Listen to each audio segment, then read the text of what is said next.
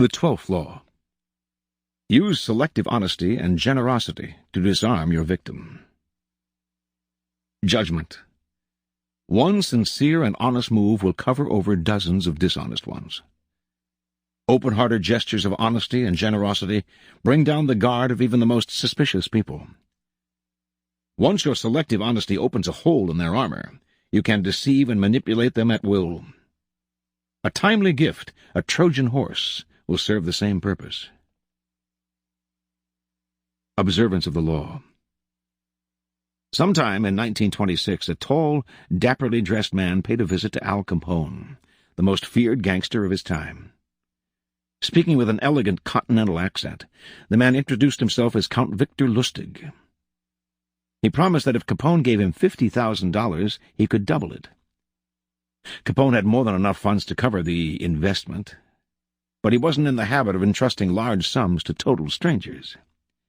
He looked the Count over. Something about the man was different, his classy style, his manner, and so Capone decided to play along. He counted out the bills personally and handed them to Lustig. "Okay, Count," said Capone.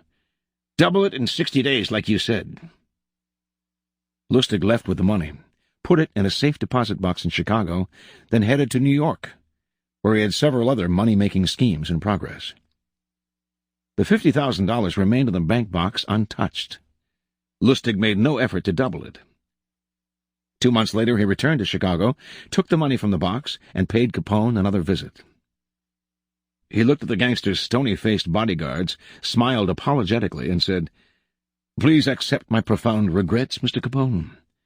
I am sorry to report that the plan failed. I failed." Capone slowly stood up. He glowered at Lustig, debating which part of the river to throw him in. But the Count reached into his coat pocket, withdrew the $50,000, and placed it on the desk.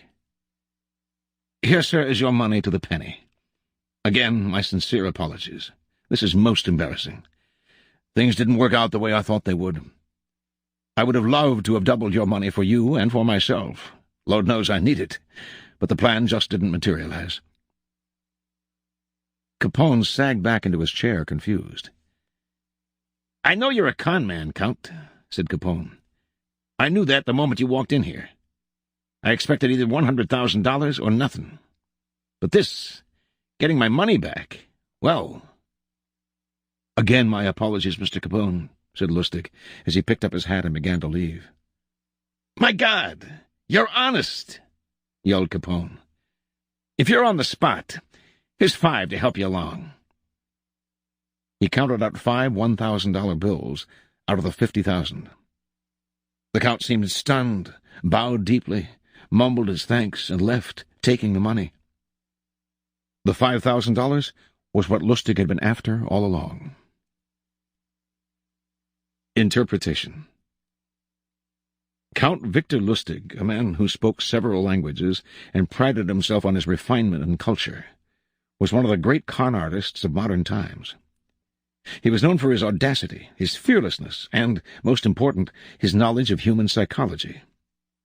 He could size up a man in minutes, discovering his weaknesses, and he had radar for suckers. Lustig knew that most men build up defenses against crooks and other troublemakers. The con artist's job is to bring those defenses down. One sure way to do this is through an act of apparent sincerity and honesty. Who will distrust a person literally caught in the act of being honest? Lustig used selective honesty many times, but with Capone he went a step further. No normal con man would have dared such a con. He would have chosen his suckers for their meekness, for that look about them that says they will take their medicine without complaint. Con Capone, and you would spend the rest of your life, whatever remained of it, afraid. But Lustig understood that a man like Capone spends his life mistrusting others. No one around him is honest or generous, and being so much in the company of wolves is exhausting, even depressing. A man like Capone yearns to be the recipient of an honest or generous gesture, to feel that not everyone has an angle or is out to rob him.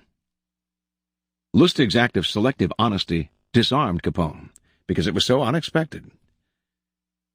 A con artist loves conflicting emotions like these, since the person caught up in them is so easily distracted and deceived. Do not shy away from practicing this law on the Capones of the world. With a well-timed gesture of honesty or generosity, you will have the most brutal and cynical beast in the kingdom eating out of your hand. As Count Victor Lustig said, "Everything turns gray when I don't have at least one mark on the horizon. Life then seems empty and depressing. I cannot understand honest men. They lead desperate lives, full of boredom." Keys to power. The essence of deception is distraction. Distracting the people you want to deceive gives you the time and space to do something they won't notice. An act of kindness, generosity, or honesty is often the most powerful form of distraction because it disarms other people's suspicions. It turns them into children, eagerly lapping up any kind of affectionate gesture. In ancient China, this was called giving before you take. The giving makes it hard for the other person to notice the taking. It is a device with infinite practical uses. Brazenly taking something from someone is dangerous, even for the powerful. The victim will plot revenge. It is also dangerous simply to ask for what you need, no matter how politely. Unless the other person sees some gain for themselves, they may come to resent your neediness. Learn to give before you take.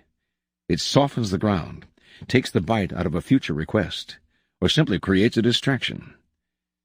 And the giving can take many forms: an actual gift, a generous act, a kind favor, an honest admission, whatever it takes. Selective honesty is best employed on your first encounter with someone. We are all creatures of habit, and our first impressions last a long time.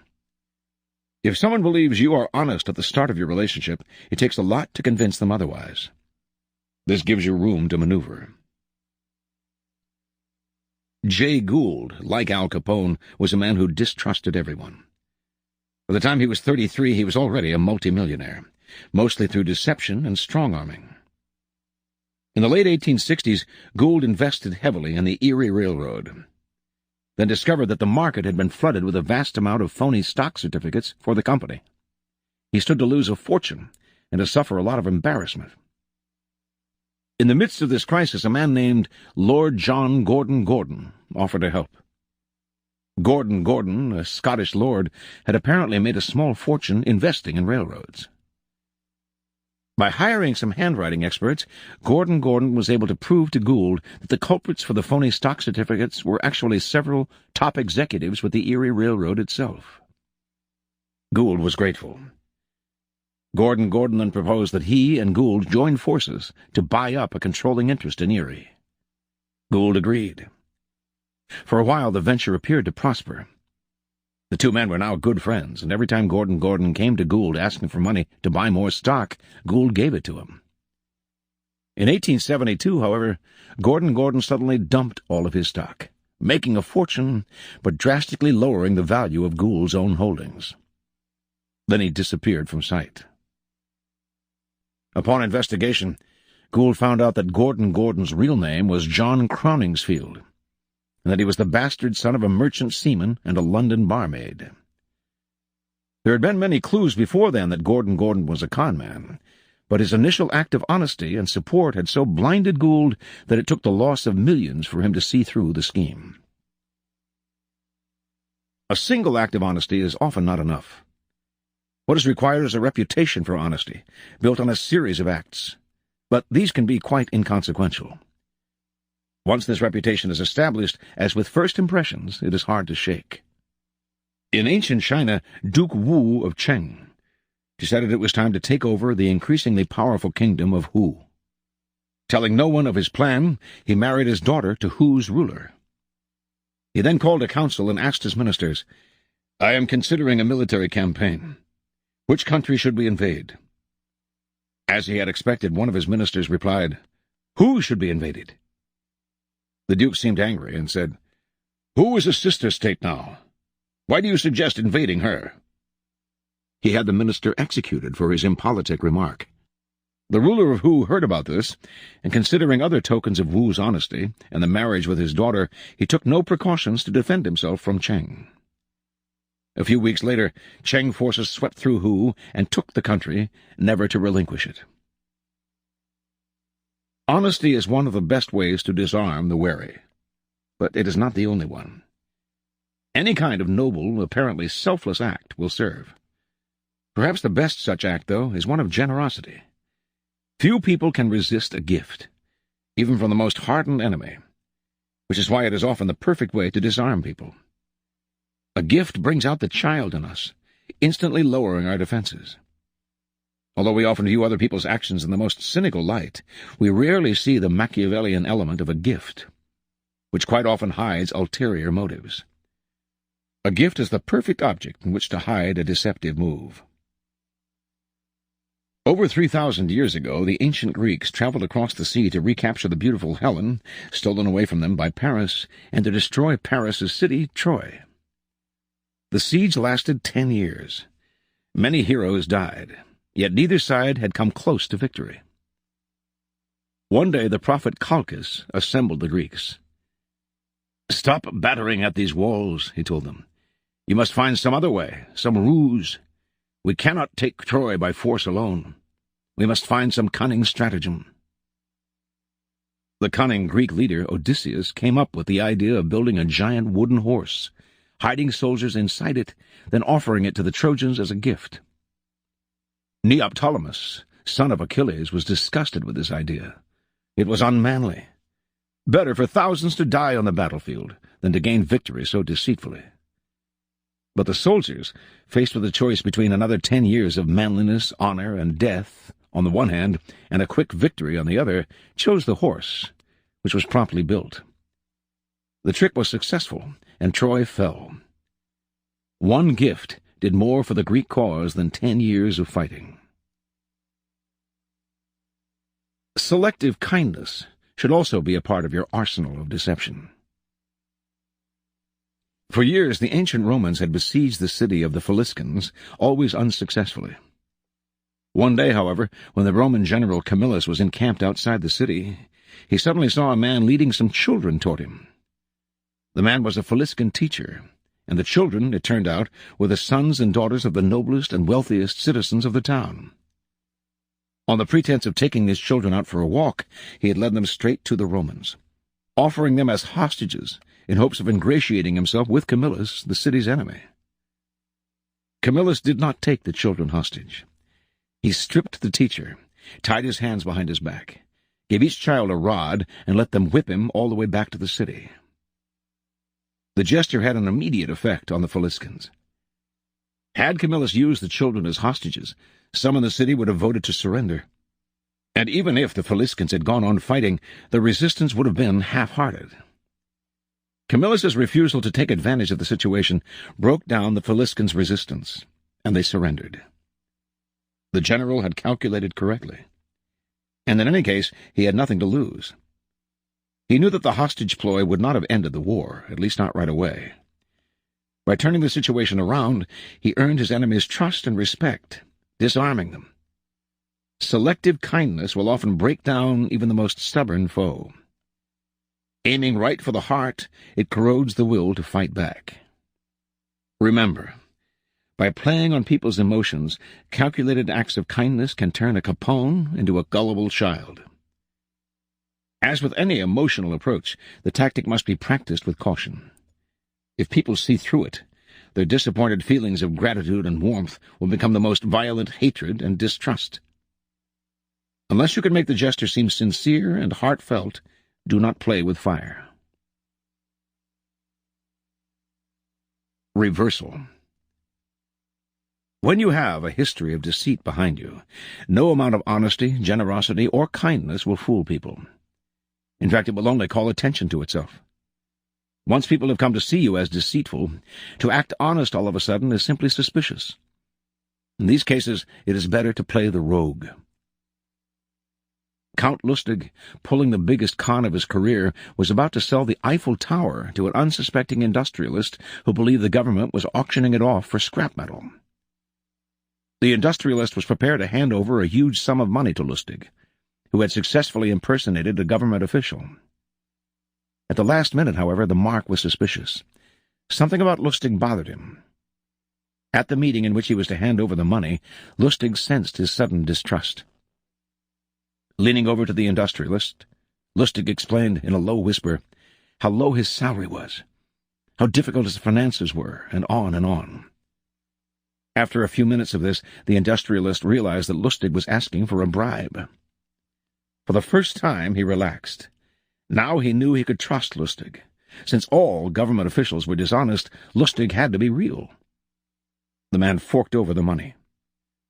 By acting dishonest, Lustig seemed the real McCoy. In this case, selective honesty would have had the opposite effect. As the French diplomat Talleyrand grew older, his reputation as a master liar and deceiver spread. At the Congress of Vienna, 1814 to 1815, he would spin fabulous stories and make impossible remarks to people who knew he had to be lying. His dishonesty had no purpose except to cloak the moments when he really was deceiving them. One day, for example, among friends, Talleyrand said with apparent sincerity, "In business one ought to show one's hand."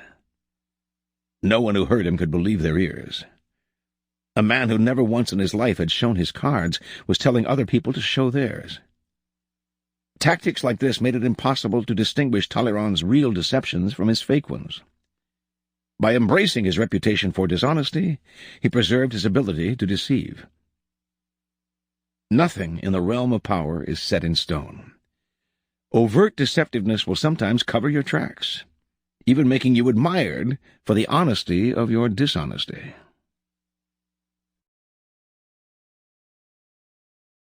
From the Power of the Charlatan, by Grete de Francesco. Francesco Borri, courtier charlatan. Francesco Giuseppe Borri of Milan, whose death in 1695 fell just within the 17th century, was a forerunner of that special type of charlatanical adventurer, the courtier or cavalier impostor. His real period of glory began after he moved to Amsterdam. There he assumed the title of Medico Universale, maintained a great retinue, and drove about in a coach with 6 horses. Patients streamed to him, and some invalids had themselves carried in sedan chairs all the way from Paris to his place in Amsterdam. Borri took no payment for his consultations. He distributed great sums among the poor and was never known to receive any money through the post or bills of exchange. As he continued to live with such splendor, nevertheless, it was presumed that he possessed the philosopher's stone. Suddenly this benefactor disappeared from Amsterdam. Then it was discovered that he had taken with him money and diamonds that had been placed in his charge.